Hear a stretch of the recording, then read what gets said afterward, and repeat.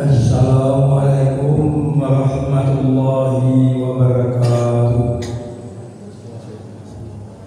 Alhamdulillahirabbil alamin wa bihi nasta'in ala umuri dunya waddin. Wassalatu wassalamu ala asrafil anbiya'i wal mursalin wa ala alihi wa sahbihi ajmain. Ibu bapak jamaah sholat maghrib rahimahullah, mari kita awali kajian HPT malam ini dengan membaca ta'awuz, basmalah, dua kalimat syahadat dan doa. Mari kita mulai.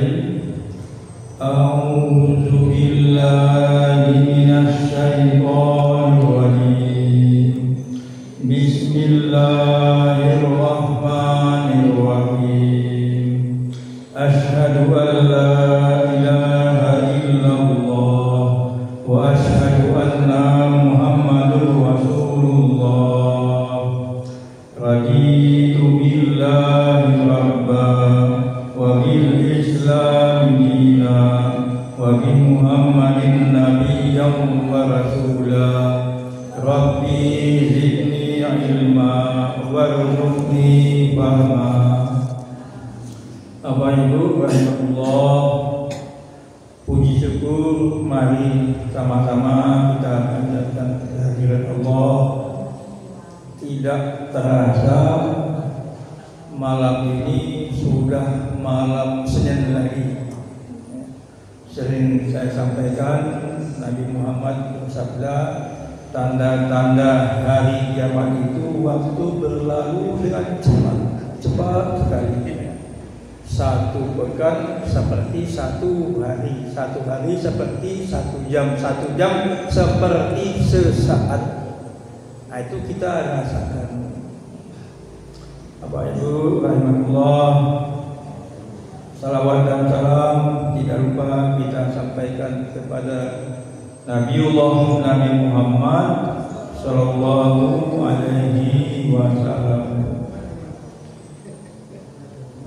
Bapak Ibu yang dirahmati Allah, saya akan melanjutkan kajian HPT masih bab sholat Jumat, halaman 120. Langsung saja saya bacakan HPT-nya. Apabila kamu masuk masjid pada waktu imam sedang berkhutbah, maka kerjakanlah sholat 2 rakaat yang ringan atau cepatan, khusus bagi jamaah yang terlambat.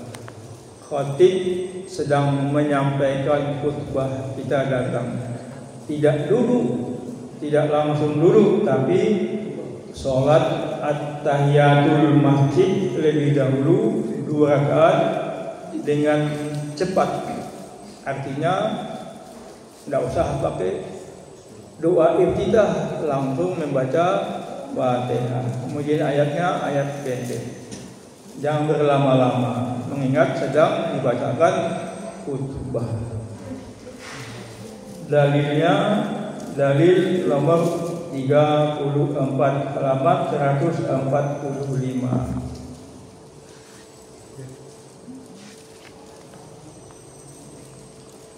Saya bacakan dalilnya.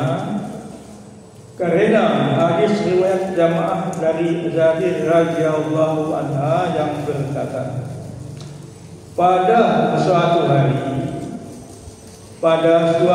hari Jumat, ada seorang masuk ke masjid.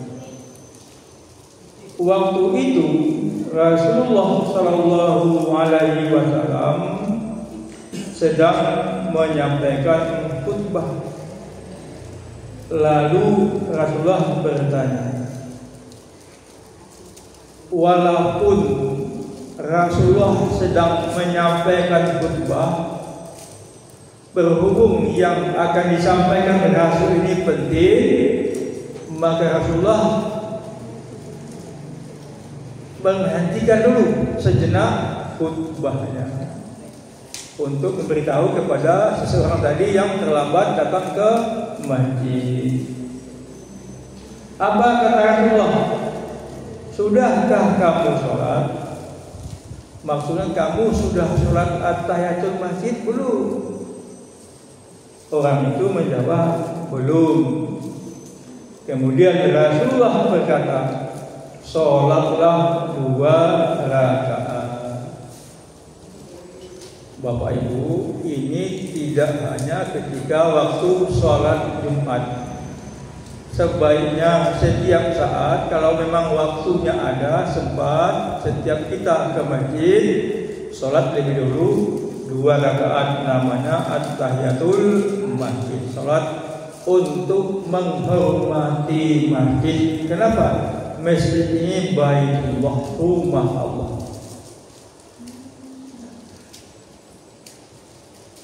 Kemudian seseorang tadi sholat 2 rakaat. Dalam riwayat lain, sabda Nabi SAW, apabila pada hari Jumat salah seorang dari kamu datang di waktu imam sedang berkhutbah, hendaklah ia sholat 2 rakaat dengan agak dipercepat. Diriwayatkan oleh Muslim, Ahmad dan Daud. Masih dalil yang ketiga. Dan ada riwayat lain bahwa Rasulullah SAW bersabda, apabila pada hari Jumat salah seorang daripada kamu datang sedang imam telah hadir, hendaklah sholat 2 rakaat. Sama semua isinya. Kalau kita datang terlambat, jangan langsung duduk, tapi sholat sunat 2 rakaat lebih dahulu. Bapak Ibu rahimakumullah, ada yang menjadi pertanyaan. Kita datang ke masjid, sekira-kira 2-3 menit waktu qomat masuk. Nah, sebaiknya gimana? Ada yang berpendapat tetap sholat.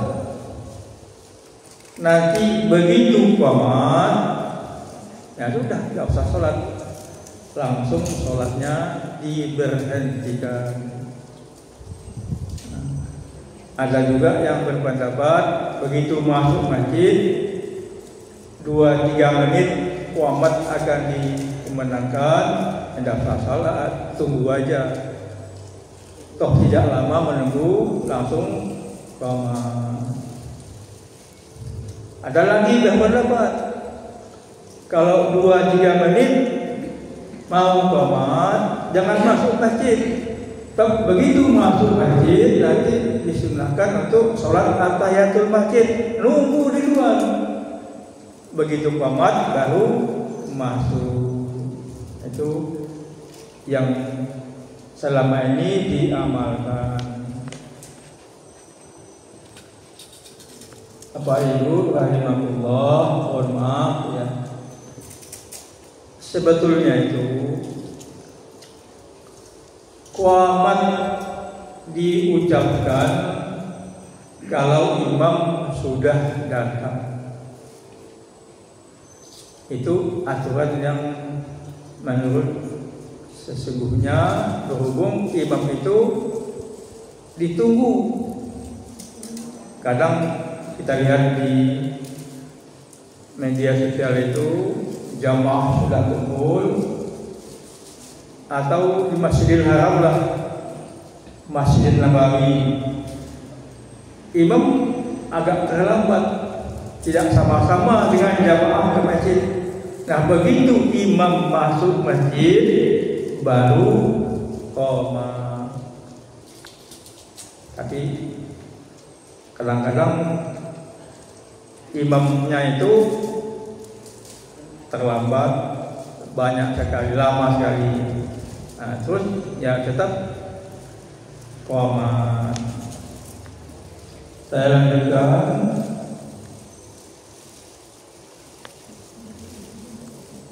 Apabila imam telah duduk di atas mimbar, maka adalah salah seorang dari kamu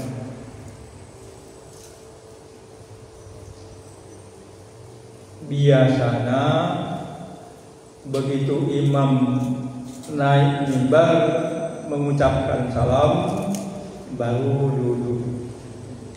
Kemudian baru azan dikumandangkan.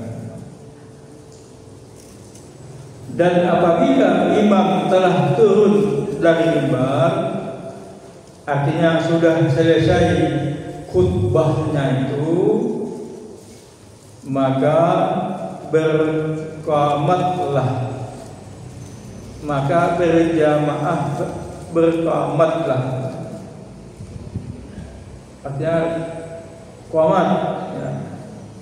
Qamat itu artinya panggilan untuk melaksanakan sholat berdiri, artinya berdiri untuk sholat. Halaman dalil nomor 35, halaman 143-35. Karena hadis riwayat Bukhari, Nasa'i dan Abu Daud dari Sa'id bin Yazid radhiyallahu anha yang berkata, adalah seruan pada hari Jumat itu pertama azan tak kala imam duduk di atas mimbar. Hal demikian itu berlaku pada masa Rasulullah SAW, pada masa Khalifah Abu Bakar, Umar, dan orang semakin banyak maka beliau menambah azan ketiga di atas Zuhra, nama tempat di pasar, yang mana pada masa Nabi SAW hanya ada seorang muadzin. Zaman Nabi Muhammad, zaman Abu Bakar, zaman Umar itu azan hanya satu kali. Berhubung waktu itu umat Islam sedikit. Nah, di zaman mulai Utsman azan dua kali. Yang pertama di masjid, yang kedua di pasar. Sebab apa? Orang pasar itu belum juga ke masjid. Itu di zaman dulu. Sekarang tidak, prakteknya dua-duanya di masjid. Dulu pernah saya sampaikan ketika ada acara di Gunung Kidul, rombongan jamaah Masjid Babul Jannah sholat di Masjid Manunggal, Bantul. Pertama ada qori membaca Al-Quran. Jamaah sudah banyak. Setelah membaca Al-Quran, azan. Nah, itu azan pertama. Setelah azan pertama, ada orang yang sholat sunat. Nah, setelah itu azan kedua. Nah, azan kedua ini orang sedikit, hanya beberapa orang yang sholat sunat. Sholat sunat Jumat. Apa Ibu rahimahullah, Utsman ini namanya berijtihad. Artinya berhubung suasana, situasi dan kondisinya waktu itu tidak memungkinkan hanya satu kali azan. Kalau hanya satu kali azan, sepi masjid, tidak ada yang sholat atau terlambat banyak, maka azan dua kali. Namun ya mohon maaf Bapak Ibu, biasanya kalau Muhammadiyah tetap azan 1 kali, tidak 2 kali. Nah, ada di luar Muhammadiyah yang azan 2 kali. Tidak hanya itu, saya dengar ya dulu di mana itu tempatnya lupa saya. Berhubung jamaahnya banyak, kemudian masjidnya kecil, malah sholat Jumatnya yang 2 kali. Yang boleh-boleh saja daripada tidak sholat. Namanya ada uzur, ada ilat. Dalam arti ya manfaatnya lebih banyak daripada mudaratnya. Mudaratnya apa? Kalau hanya 1 kali sholat Jumat padahal jamaah banyak, nanti orang tidak sholat Jumat. Sama seperti di Masjid Jogokarian, kalau pas bulan puasa sholat maghrib itu sampai 4 kali itu. Yang pertama setelah sholat masuk lagi gelombang kedua, ketiga, dan ribuan jamaahnya Bapak Ibu ya kedua. Saya teruskan.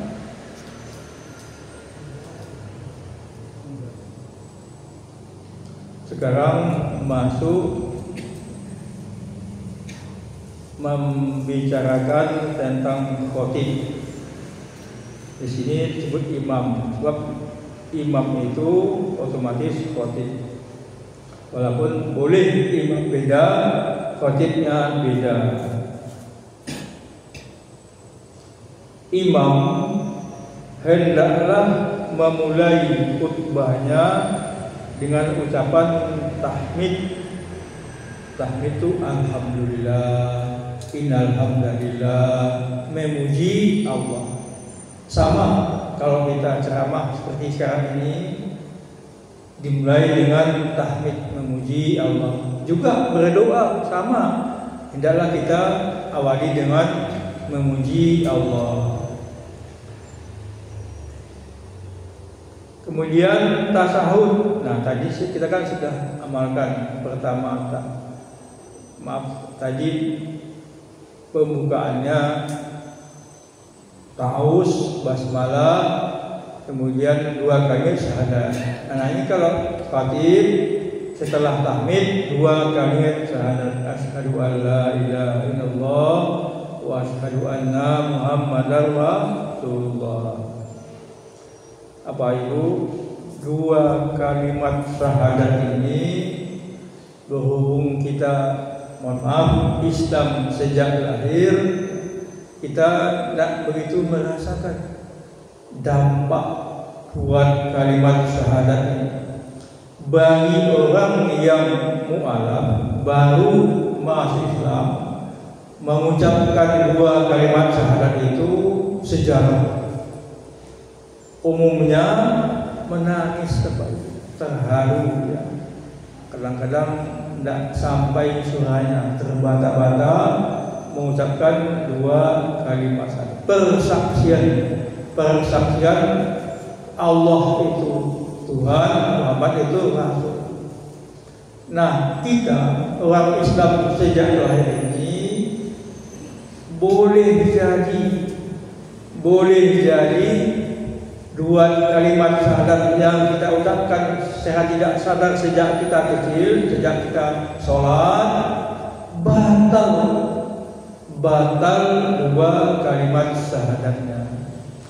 Di lemari itu ada buku kuliah akidah lengkap Bapak Ibu yang membatalkan 2 kalimat syahadat.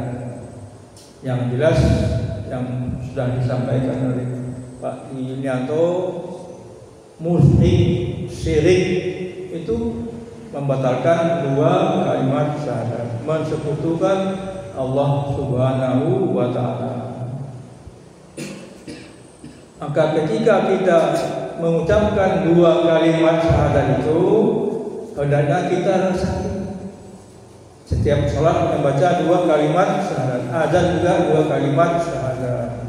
Asyhadu aku bersaksi Allah bahwa tidak ilah Tuhan illallah kecuali Allah. Wa asyhadu, aku bersaksi Muhammad abduhu, hambanya, wa rasuluh, dan rasulnya. Bendera Arab Saudi itu warnanya hijau.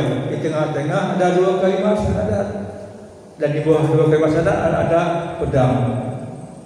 Jadi hebat itu bendera Arab Saudi. Kita lanjutkan. Lalu bersalawat, satu paket, dua kalimat syahadat langsung disambung dengan sholawat. Sholawat pada Nabi Muhammad Sallallahu Alaihi Wasallam. Dalil nomor 36.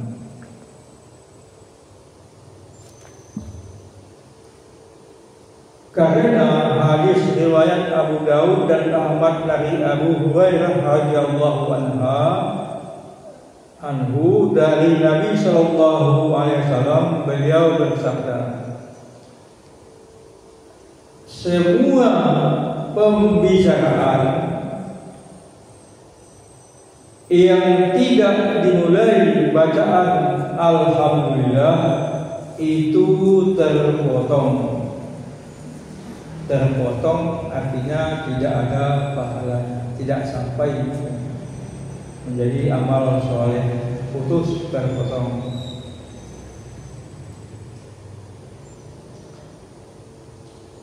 Juga karena hadis riwayat Muslim dari Jabir radhiyallahu anhu yang berkata, adalah khutbah Nabi Sallallahu Alaihi Wasallam pada hari Jumat. Beliau mulai dengan alhamdulillah dan memuji kepada Allah, seterusnya hadis. Juga karena hadis riwayat Ahmad, Abu Daud dan Tirmizi dari Abu Hurairah radhiyallahu anhu berkata, khutbah yang tidak disertai syahadat itu seperti tangan terpotong. Dalam riwayat lain disebut disertai persyahadatan. Dan sudah menjadi kesepakatan ulama salaf, ulama terdahulu dan salaf, bahwa mereka dalam khutbah-khutbah selalu disertai salawat kepada Nabi Sallallahu Alaihi Wasallam. Bapak Ibu, sering saya sampaikan, kalau bisa kita jangan lupa begitu Nabi ada disampaikan nama Nabi Muhammad, artinya kita berselawat, langsung kita menjawabnya Sallallahu Alaihi Wasallam. Nah, dikatakan orang yang tidak mau bersalawat kepadaku ketika disampaikan namaku, orangnya pelit, kata Nabi. Kita teruskan.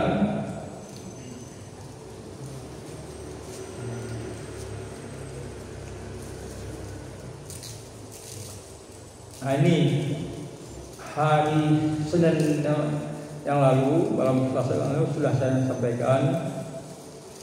Dan singkatkanlah khutbah serta memanjangkan sholatnya. Tak wali-wali, khutbahnya panjang, sholatnya pendek. Dalil nomor 38. Karena hadis riwayat Ahmad dan Muslim dari Ammar bin Yasir radhiyallahu anhu yang berkata, aku mendengar Rasulullah Sallallahu Alaihi Wasallam bersabda bahwa lamanya sholat seseorang dan pendek khutbahnya itu ciri kebijaksanaannya. Oleh karena itu, lamakanlah salat dan pendekkanlah khutbah. Dalil nomor 2 juga karena hadis riwayat jamaah kecuali Bukhari dan Abu Daud yang berkata adalah Rasulullah Sallallahu Alaihi Wasallam sedang panjangnya dan khutbahnya sedang pula. Apa Ibu ya? Biasanya itu kalau khotibnya panjang membaca khutbah, ada orang yang berani dehem-dehem. Nah, itu kode. Kode, oh cepat-cepat, jangan lama-lama. Kalau khotib yang perasa, tahu, mengerti, dipersingkat. Yang susahnya itu Bapak Ibu, khotib itu kan macam-macam. Ada yang sudah kulino, sudah biasa, sudah ada dalam otaknya apa yang disampaikannya, tinggal menyampaikan lagi. Ada khotib seperti saya, mohon maaf, di konsep. Nah, di konsep itu kan dibaca. Nah, tentu kalau di konsep itu disesuaikan dengan waktu. Kalau saya di konsep, setelah selesai konsepnya saya baca, saya lihat jam, oh sekian menit, oh terlalu lama ini, potong, dikurangi, mana yang tidak perlu tidak dimasukkan lagi. Nah, itu khotib yang terlalu panjang khutbahnya. Saya lanjutkan. Dalam sholat Jumat hendaklah imam membaca Sabbihisma rabbikal a'la sesudah membaca Fatihah pada rakaat pertama, dan pada rakaat kedua hendaklah membaca hal ataka hadisul ghasyiyah. Apa Ibu ya, kalau hal ataka hadisul ghasyiyah itu agak panjang membacanya, kadang-kadang bisa lupa. Makanya jangan di bab janah ini imam membaca hal ataka hadisul ghasyiyah. Tapi kalau sabis insyaallah ada. Apa Pak? Kalau imam khatib tertentu saya tandai. Ada khatib nak baca sabihis, baca Al-Quran dan sebagainya. Dalil nomor 40.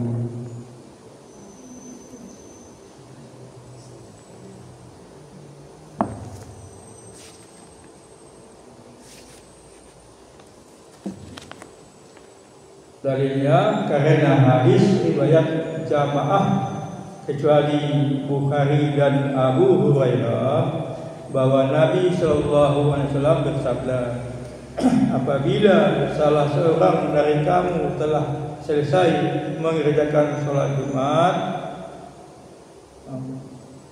bukan 40.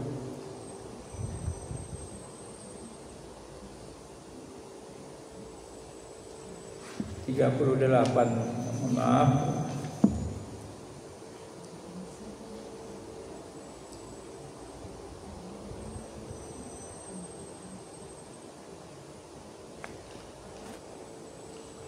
Karena hadis riwayat jamaah kecuali Bukhari dan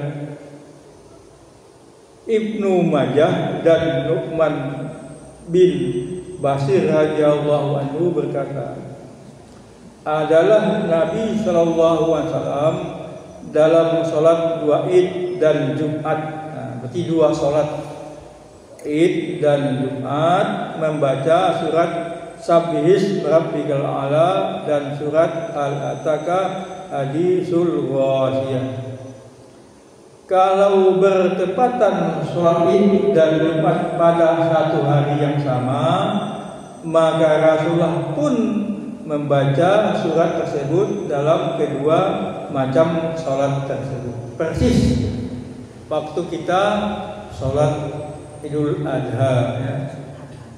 Ada sholat Idul Adha, ada sholat Jumat. Alhamdulillah khotibnya bagus ya, suaranya lantang. Saya rekam. Mungkin Bapak ada yang menonton di Babul Jannah, ya. Saya pisahkan itu karena panjang sekali. Khutbahnya itu, rekaman khutbahnya itu bukan dari sejak hamdalah, enggak, langsung isinya hamdalah, selawat. Pertama beliau takbir dulu, hamdalah, selawat, puji syukur. Nah begitu masuk khutbahnya tuh baru saya rekam. Ini tidak panjang, bagus ya Bapak Ibu isi materi khutbahnya itu.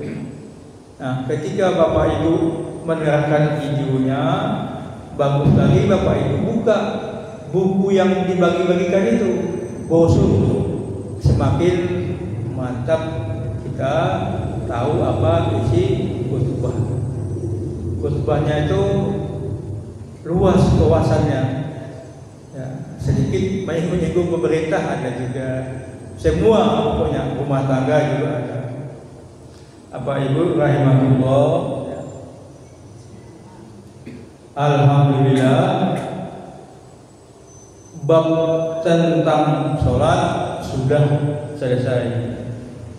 Nah, insya Allah mulai malam Selasa yang akan datang kita akan menyampaikan, saya akan menyampaikan bab tentang iman.